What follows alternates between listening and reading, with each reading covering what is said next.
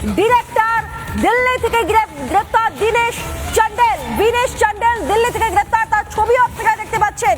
বিনেশ চান্ডেলকে গ্রেপ্তার করলো এইটি আইপ্যাকের অন্যতম director Binesh Chandel. Deputy executive editor Mayuk Ranjan Ghosh এই মুহূর্তে আমাদের সঙ্গে ফোন লাইনে রয়েছেন। ময়ূক, এই আইপ্যাককে নিয়েই তো জেলায় জেলায় বিভিন্ন জায়গায় নিজেদের শক্তি টিকিয়ে রাখার চেষ্টা করছে তৃণমূল কংগ্রেস।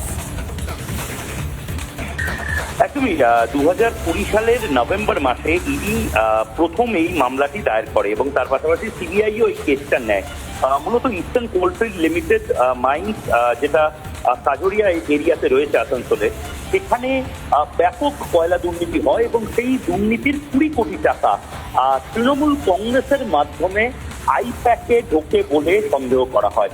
এবং আইপ্যাকে যাদের মাধ্যমে এই টাকাটা ঢোকে, মূলত আইপ্যাকে যারা এই মিডিয়া ম্যানেজার হিসেবে কাজ করত, তার মধ্যে থেকে একজন হচ্ছে যাকে আজকে গ্রেফতার করা হয়েছে, বিনেশ চান্দেল। এটা একেবারে প্রথম গ্রেফতারি আইপ্যাক সংস্থার কোনো ডিরেক্টর প্রথম এভাবে গ্রেফতার হয়েছে এবং বিনেশ চান্দেলের বিরুদ্ধে একাধিক অভিযোগ এর আগে উঠেছে। বিনেশ চান্দেল 2021 সালে তৃণমূল কংগ্রেস যখন নির্বাচনে প্রতিদ্বন্দ্বিতা করছিল আইপ্যাক সংস্থা, তখন তাদের যে গোটা মিডিয়া ম্যানেজমেন্ট এবং ইলেকশন ম্যানেজমেন্টের দায়িত্বে ছিল। বিভিন্ন সময় বিজেপির তরফ থেকে বলা হতো যে প্রার্থীদেরকে ধমকানো চমকানো, প্রার্থীরা কোন জামা পরবে, প্রার্থীরা কার সাথে কথা বলবে, সেটাও বিনেশ চান্দেল ঠিক করে দিত। এমনকি বিভিন্ন জেলা বিভিন্ন ব্লকে কোন রিপোর্টার কাকে কখন মিট করবে সেটার একটা ধমকানি চমকানিও এই বিনেশ চান্দেল দিত এবং তাদের মাথার ওপরে ছিল একেবারে তৃণমূল কংগ্রেসের হাত। 20 কোটি টাকা কয়লা কেলেঙ্কারির 20 কোটি টাকা গোয়ার নির্বাচন এবং দিল্লির নির্বাচনে ব্যবহার করা হয়েছিল বলে অভিযোগ ছিল। গোয়ার নির্বাচনে তুমি জানো তৃণমূল কংগ্রেস তারা প্রতিদ্বন্দ্বিতা করেছিল এবং সেই গোটা টাকাটা আসলে কয়লা কেলেঙ্কারির টাকা বিনেশ চান্দেল এবং প্রতীক জৈনের বিরুদ্ধে অভিযোগটা ছিল। অর্থাৎ এটা বোঝাই যাচ্ছে আইপ্যাক সংস্থা একটা সময় প্রশান্ত কিশোরের সাথে যুক্ত ছিলেন।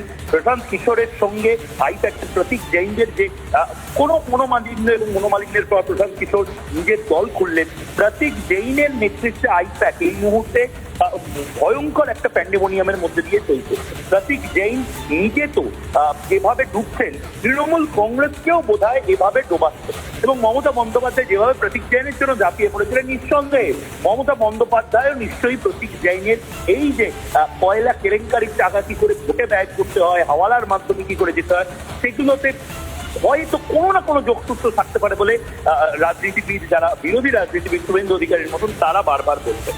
বিনেশ চান্দেলের কিন্তু এই একটা অসম্ভব ভালো ব্রাইট একটি ক্যারিয়ার ছিল। বিনেশ চান্দেল এই সংস্থা আইপ্যাক সংস্থা যারা তৈরি করেছিলেন তাদের মধ্যে থেকে অন্যতম ন্যাশনাল ল ইনস্টিটিউট ইউনিভার্সিটিতে বিনেশ চান্দেল তিনি পড়াশোনা করেছেন। বিনেশ চান্দেলের মূলত বাড়ি দিল্লিতে এবং দিল্লিতে বাড়ি থাকা সত্ত্বেও বিনেশ চান্দেল দিল্লিতে বছরের পর বছর পড়েছিলেন। সুতরাং এইটা এবারে যেই প্রথম গ্রেফতারি, তারপর আইপ্যাক সংস্থা থেকে বিভিন্ন কর্মীরা নিজেরা বলার মতন পরিস্থিতি তৈরি হয়েছে বলে এই মুহূর্তে তদন্তকারীরা মনে করছেন।